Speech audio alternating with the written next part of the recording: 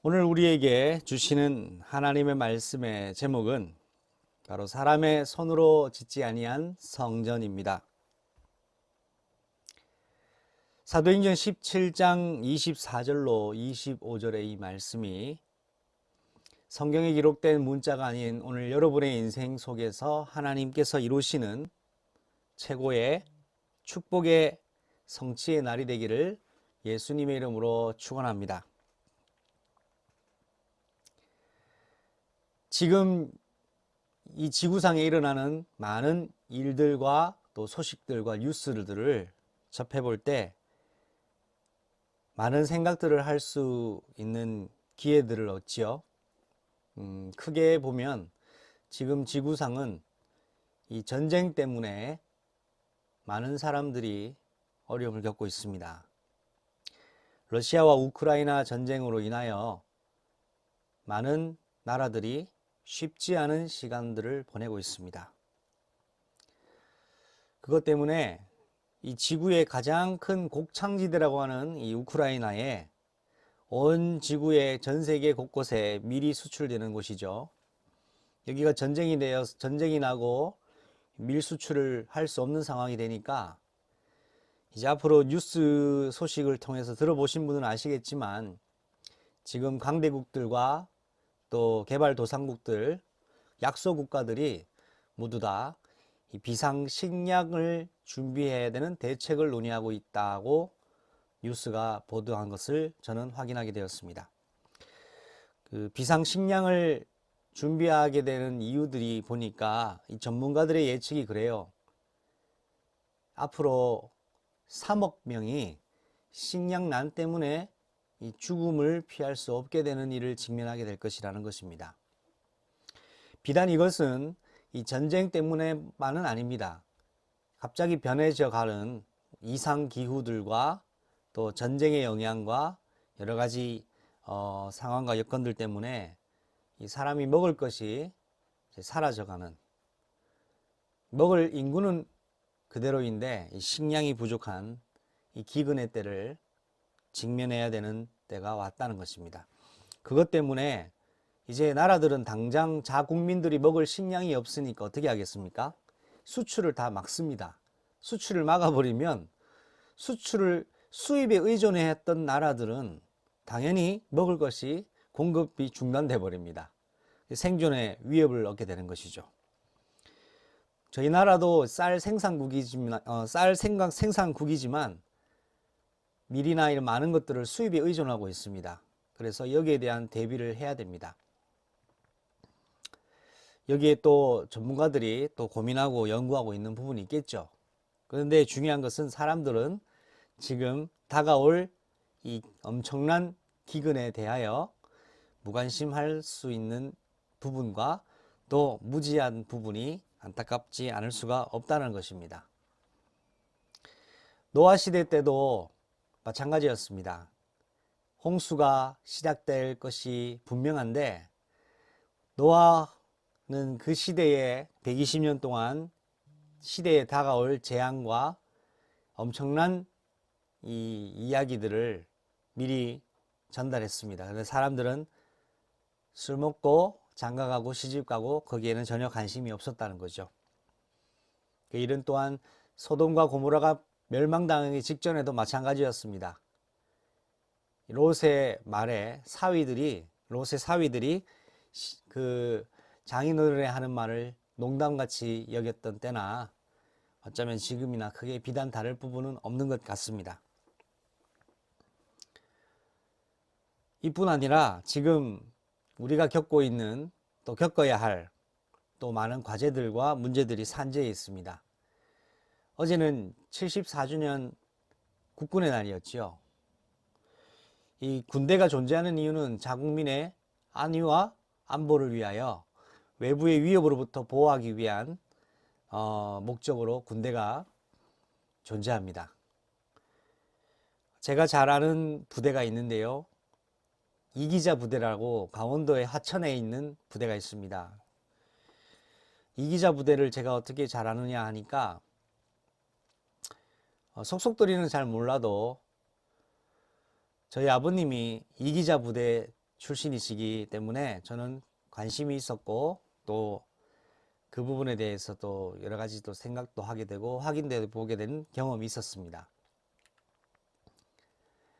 이기자 부대는 이기자라는 의미도 있겠지만 저희 아버님 통해서 알게 된 사실은 그 당시 부대의 총 책임자가 이름이 이기자였다는 겁니다.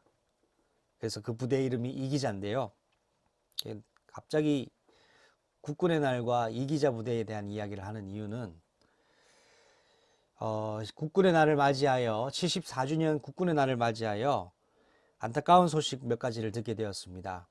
강원도 화천에 소재한 이기자 부대에 신병이 더 이상 유입이 되지 않으니까 해체될 수밖에 없는 상황에 직면했다는 겁니다. 신병이 없으니까요. 왜 신병이 없습니까? 인구가 급격히 줄어들고 있기 때문이라고 합니다. 근데 문제는 그뿐 아닙니다. 강원도 화천에 소재한 이기자 부대가 사라지면, 해체하면 화천에 이루고 있는 모든 상권들이 다 죽어버린다고 합니다. 상권들이 죽어버리면 어떤 일이 일어나느냐? 강원도 화천이라는 지역이 아예 소멸돼 버릴 수 있다는 거죠. 지금 많은 젊은이들이 수도권으로 모이긴 하는데 이 시골이나 이 지방에는 잘 머물러 있지 않는 영향들이 많습니다. 왜냐하니까 모든 인프라들이 수도권 중심으로 되어 있기 때문이죠.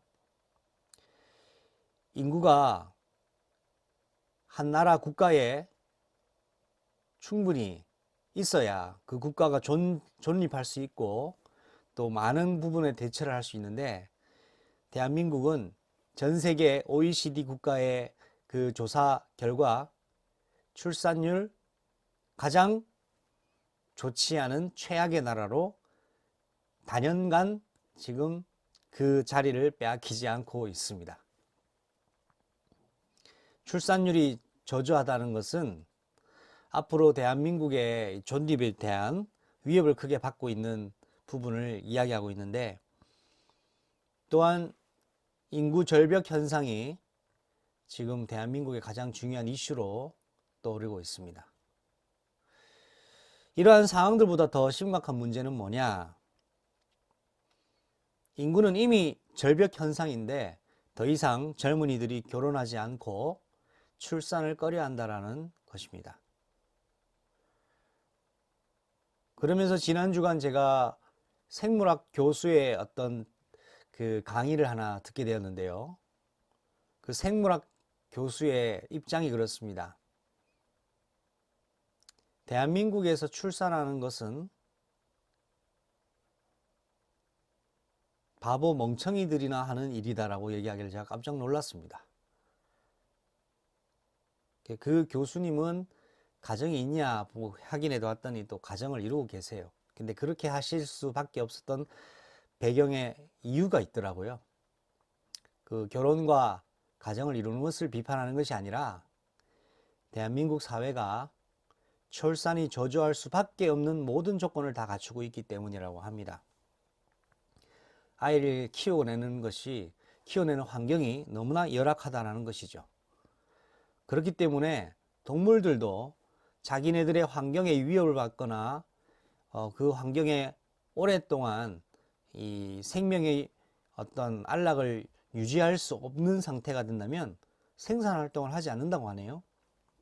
인간도 비단 마찬가지라고 하면서 이 대한민국의 지금 인구 절벽보다 더 심각하고 무서운 것은 앞으로 결혼하지 않는 많은 젊은이들과 출산을 꺼려하는 많은 젊은이들과 신혼부부들과 더불어 출산을 할 수 없는, 출산하기에 너무나 어려운 환경들을 대한민국이 가지고 있다는 사실입니다.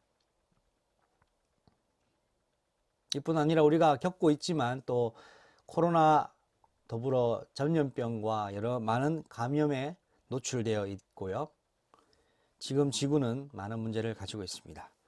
자, 이러한 문제 속에서 과연 복음을 가지고 구원받은 하나님의 사람인 저와 여러분과 그리스도의 교회들은 어떻게 이런 상황을 볼 수 있어야 하고 하나님께서 이런 시대를 어떻게 보고 계시는가를 파악해야 되겠죠. 그러나 걱정하고 근심하고 또 너무 낙담하지 말아야 될 이유는 이런 문제와 시대적 기근과 재앙은 비단 우리들뿐 아니라 오래전 창세기에 등장했던 아브라함도, 이삭과 야곱도, 요셉도 그런 고난과 그런 기근을 겪었다라는 것을 우리는 기억해야 됩니다. 하지만 그 시대 차이가 크기 때문에 우리가 이러한 것들을 보면서 우리는 성경에서 말씀하시는 메시지에 귀를 기울여야 하겠죠. 그것은 바로 주님이 오실 때가 멀지 않았다라는 것을 우리가 경각심을 잃어버리지는 말아야 할 것입니다. 자, 그런 가운데 오늘 우리에게 주시는 하나님 말씀의 사도행전 17장 24절과 25절 본문에는 가장 중요한 우리가 꼭 기억해야 될 것을 말씀을 하고 있습니다. 사람들은 영적인 존재로 하나님께로 창조받았습니다. 고로 하나님께로 창조받은 인간은 반드시 창조주이신 하나님을 만나야 영원한 생명을 소유할 수 있고, 창조주이신 아버지를 만나야 더불어 내가 누구인지를 알게 되어지며 이 땅에 사는 이유와 목적이 무엇인지를 깨닫게 되고, 또 많은 유혹과 어려움과 쉽지 않은 시간표 속에서 하나님의 놀라운 계획과 비밀 속에서 이 시대의 하나님의 의도를 파악하여 하나님께 쓰임받는 한 사람과 교회로 인도받게 된다는 것을 우리는 기억해야 되겠죠. 오늘 본문에서 하나님이 우리에게 말씀하시는 것은 바로 하나님은 사람의 손에 지은 성전에 머물러 계시는 그런 존재가 아니라 우주와 만물을, 천지를 창조하신 창조주이심을 말씀하고 있으며, 뭔가 부족해서 사람의 섬김을 받아야 되는 존재가 아니라는 것을 말씀하고 있습니다. 이 말씀을 하게 된 계기와 배경이 뭐냐? 사도행전이 기록됐을 때의 당시 시대 배경은 아마 헬레니즘 시대와 드디어 이어서 로마 시대에 기록된 성경이라고 우리는 알고 있지요. 그때 많은 사람들이, 또 강대국들이 신전을 짓고 우상 숭배를 했던 시대였습니다. 물론 지금도 마찬가지고요.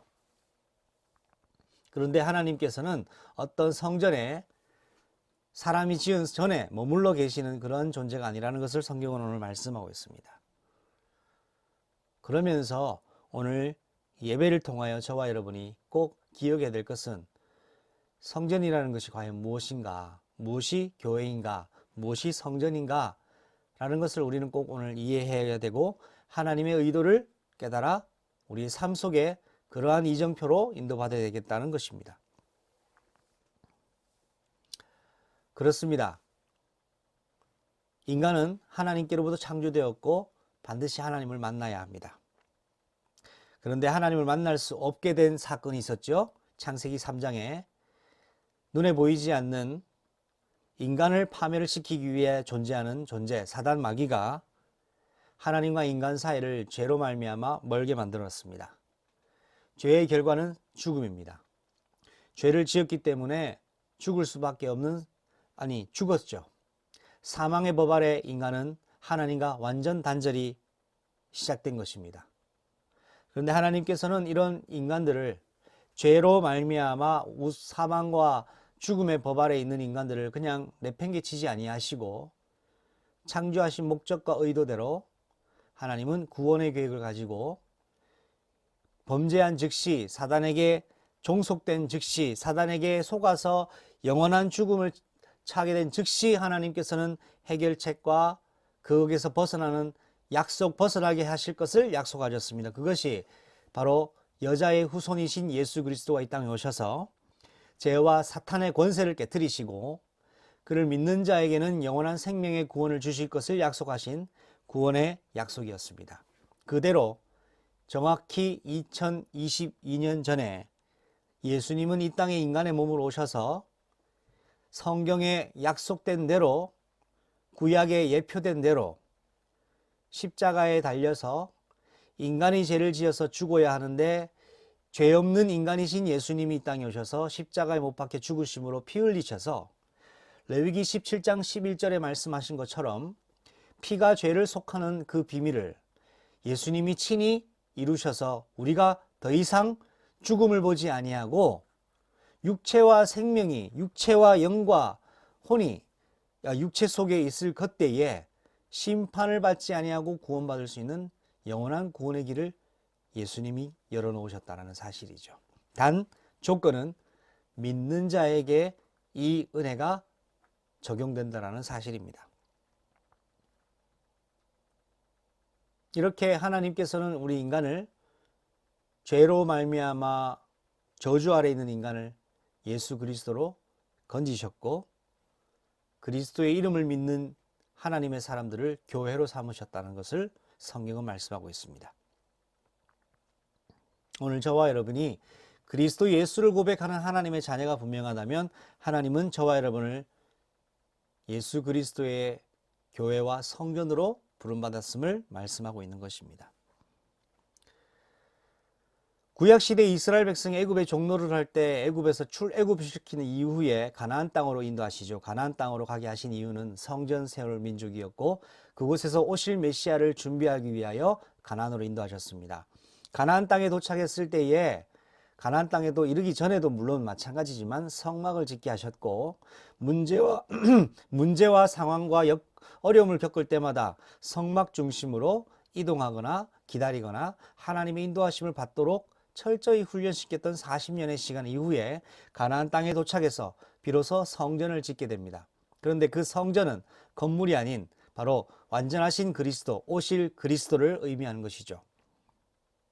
이때 성전에 또 성막에는 가장 중요한 세 가지 부분이 있습니다. 사람들이 예배드리기 위하여 머무는 뜰이 있지요. 그 뜰 속에 들어가면 제사장만 들어갈 수 있는 성소가 있습니다. 성소에는 많은 이 성물들과 기구들이 있고요. 예배를 드리는 기구들이 있습니다. 자, 그런데 유일하게 가장 성소에 중요한 지극히 소중하고 거룩한 곳이 바로 지성소입니다. 거기에는 바로 언약궤가 들어가 있습니다. 고로 성막과 성전이라 할 때 세 부분이 나누어지는데요. 뜰, 성소, 성막이라는 부분이 나눠집니다. 여기에 성소와 지성소를 들어갈 수 있는 유일한 존재는 바로 대제사장이지요. 자, 그 지성소 안에는 하나님의 언약궤가 들어가 있습니다. 이 하나님의 언약궤 안에는 하나님의 언약의 상징물들을 의미하는 이 세 가지 물품이 들어가 있는 언약 보관함, 언약궤는 히브리서 9장 3절 말씀부터 쭉 보게 되면 무엇이 들어가 있느냐 하니까 첫 번째 아론의 쌍난 지팡이가 들어가 있고 두 번째 금 항아리, 이스라엘 백성이 광야 생활하며 만나를 담았던 금 항아리가 있으며 세 번째 모세가 시내산에서 하나님께 받았던 십계명 돌판이 들어가 있습니다. 이 세 가지 물품이 언약궤 안에 들어가 있어요. 언약궤가 있는 곳을 성소로 하고 성전이라고 합니다. 자, 그러면 이 언약궤는 무엇을 의미하느냐? 그것이 우리가 오늘 또 생각해야 될 중요한 주제일 것입니다. 자, 그것을 살펴보기 이전에 여러분 한 가지 생각해 보겠습니다. 구약 인물 중에 하나님의 성전과 가장 밀접한 인물이 누굽니까? 하나님이 성전을 세우게 하시려고 특별한 은혜를 주신 인물이 누구입니까? 하나님의 성전을 위하여 중요한 응답을 또한 받았던 주인공이 누구입니까? 바로 다윗입니다. 다윗은 하나님께 특별히 성전 지어야 되는 중요한 사명을 부여받았습니다. 그러나 그는 성전을 짓지 못하였지만 준비하는 사역을 완성했고 그의 아들 솔로몬이 성전을 완성하게 되었죠. 자, 여기에 성경을 우리가 한 가지 살펴볼 것이 있습니다. 바로 열왕기상 5장 3절 말씀에 이 성전에 대한 중요한 내용들을 이야기하고 있습니다. 제가 한번 읽을 테니까 여러분 같이 확인해 주시면 좋겠습니다. 열왕기상 5장 3절 말씀입니다. 당신도 알거니와 내 아버지 다윗이 사방의 전쟁으로 말미암아 그의 하나님 여호와의 이름을 위하여 성전을 건축하지 못하였고 여호와께서 그의 원수들을 그의 발바닥 밑에 두시기를 기다렸나이다. 솔로몬의 고백이지요. 자, 열왕기상 5장 5절을 봅니다.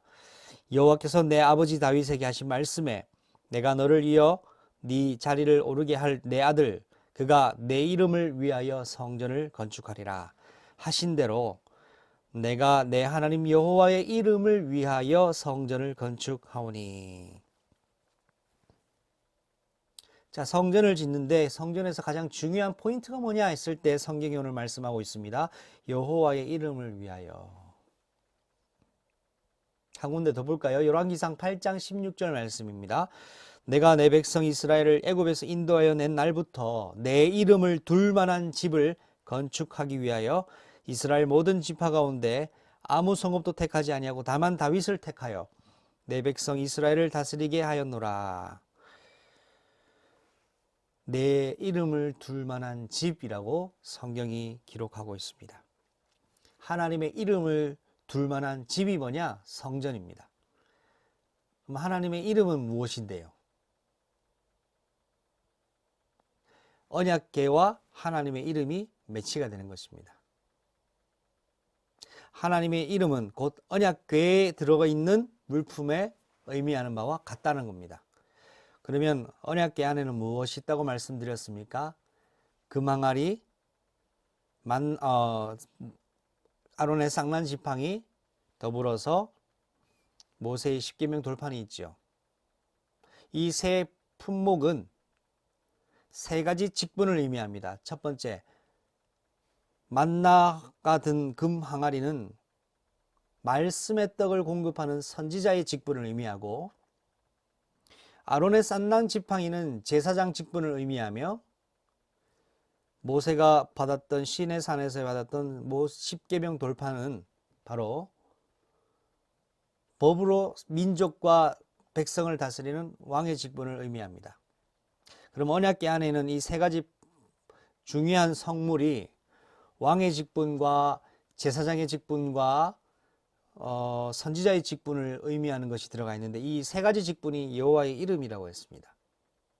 그러면 성경을 통틀어 봤을 때에 왕의 직분, 제사장의 직분, 선지자의 직분을 이행하신 분은 누굽니까? 왕이시자 제사장이시자 선지자이신 분은, 그러면서 일회적이지 않고 영원한 제사장과 영원한 왕과 영원한 선지자의 직분을 지금도 운행하고 진행하고 계시는 분이 누굽니까? 그 이름이 바로 하나님의 이름, 여호와의 이름입니다. 그 여호와의 이름은 바로 예수인 것입니다. 예수님이 영원한 왕이시며 영원한 제사장이시며 영원한 선지자가 되십니다. 예수님의 이름인 언약궤가 있는 그곳이 성전이며 성막입니다. 그러면 이 예수님의 이름의 언약궤가 있는 곳이 성전인데, 교회인데, 성막인데, 그럼 언약궤가 어디 있습니까? 이 언약궤가 의미하는 바가 무엇입니까? 예수님의 이름이 의미하는 바가 무엇입니까? 사도행전 2장 1절에 오순절날에 이미 이름에 모였던 사도들과 그 복음 가지고 모였던 믿음의 형제들이 약속하신 성령을 기름 붓듯 받지요. 그것이 교회의 시작이었고 태동이었습니다.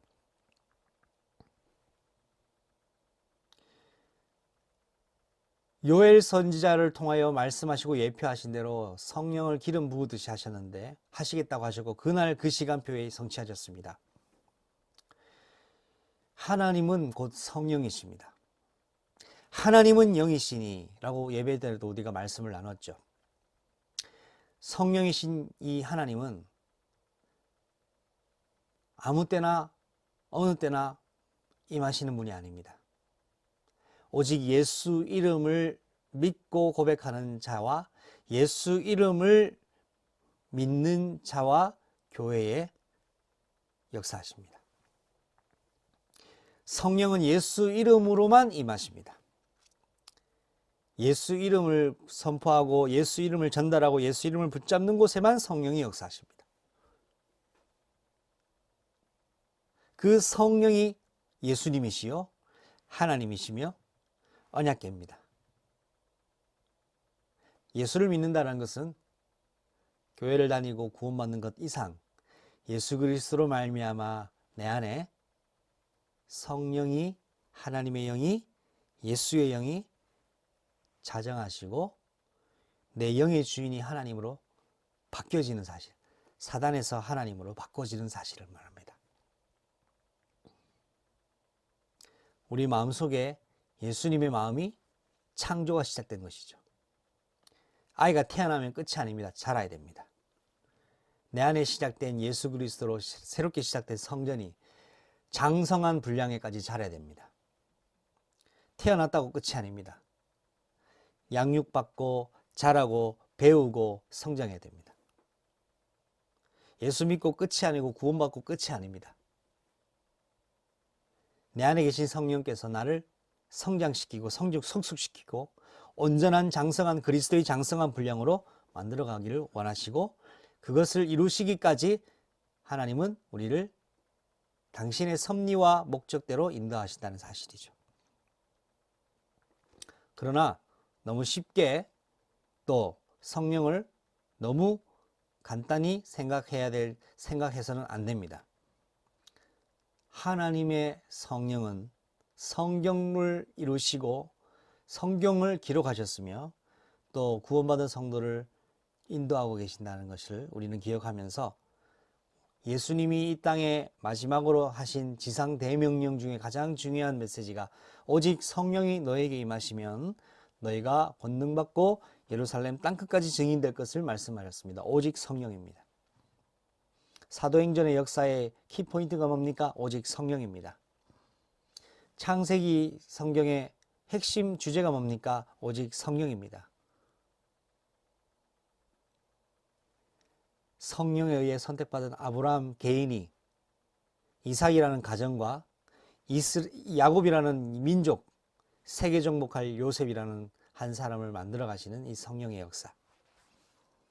한 개인이 한 민족과 세계였고 교회였다는 사실. 이것이 오늘 우리에게 말씀하시는 중요한 영적인 팩트라고 저는 말씀드리고 싶습니다. 말씀을 맺도록 하겠습니다. 오늘 말씀 제목이 사람의 손으로 짓지 아니하는 성전입니다. 시대의 기근과 시대의 문제와 저주 재앙과 전쟁들은 끝나지 않았고 반복되어 왔습니다. 앞으로도 일어나겠죠. 그러나 그럴 때마다 언제든지 하나님은 당신의 의도를 이루고 계셨습니다. 그리스도의 교회를 통해서요. 그러면 예수 그리스도로 말미암아 구원받은 저와 여러분이 주님 오시는 그날까지 이 땅에서 교회된 저와 여러분이 인도받아야 될 것은 뭐냐? 예수 이름으로 태어나는 구원받은 한 사람을 그리스도의 장성한 교회로 하나하나 세워가는 일입니다. 그것이 바로 그리스도 예수의 교회로 든든히 세워지는 것이라 할 수 있습니다. 그리스도 예수의 이름으로 든든히 세워지는 교회는 반석 위에 세워진 교회입니다. 하나님의 말씀 위에 세워진 교회입니다. 주는 그리스도시요 살아계신 하나님의 아들이십니다 고백하는 믿음 위에 세워지는 교회라 할 수 있습니다.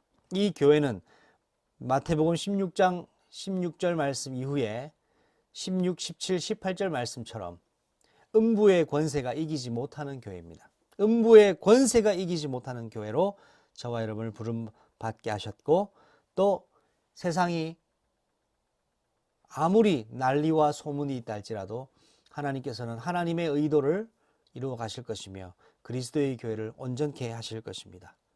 그리스도의 교회로 부름받은 저와 여러분이 이 땅에 우리가 살고 있는 현장 속에 죽어가는 많은 사람들, 예수님이 이 땅에 오신 목적이 죽은 자를 심판에서 멸하고 생명 얻게 하시려고 하시기 위하여 저와 여러분을 먼저 부르셔서 이 일에 쓰임받기를 원하시는데 여기에 가장 귀하게 쓰임받는 인생으로 인도받아야 하겠습니다. 오늘도 사람의 손으로 짓지 아니하는 한 사람의 성전으로 그리스도의 교회로 새로 출발하는 이번 주간 그리스도의 교회로 시작되는 가장 복된 날 되시기를 우리 주가 되신 예수님의 이름으로 축원합니다. 살아계신 하나님 아버지 감사합니다. 그리스도 예수의 이름으로 구원받은 한 사람은 바로 예수님의 성전이요 예수님이 세우시는 교회입니다. 교회된 우리가 이 땅의 시대 재앙을 그리스도의 능력으로 하나님의 섭리를 이루시는 데 쓰임받으며 하나님 종교가 아닌 하나님이 원하시는 산 그리스도의 사람과 증인으로 산 제사 드리는 구원받은 자로 세상 기준이 아닌 하나님 말씀 기준으로 사는 그런 음부의 권세를 무너뜨리는 교회로 축복하여 주옵소서. 예수 그리스도 이름으로 감사하며 기도드립니다.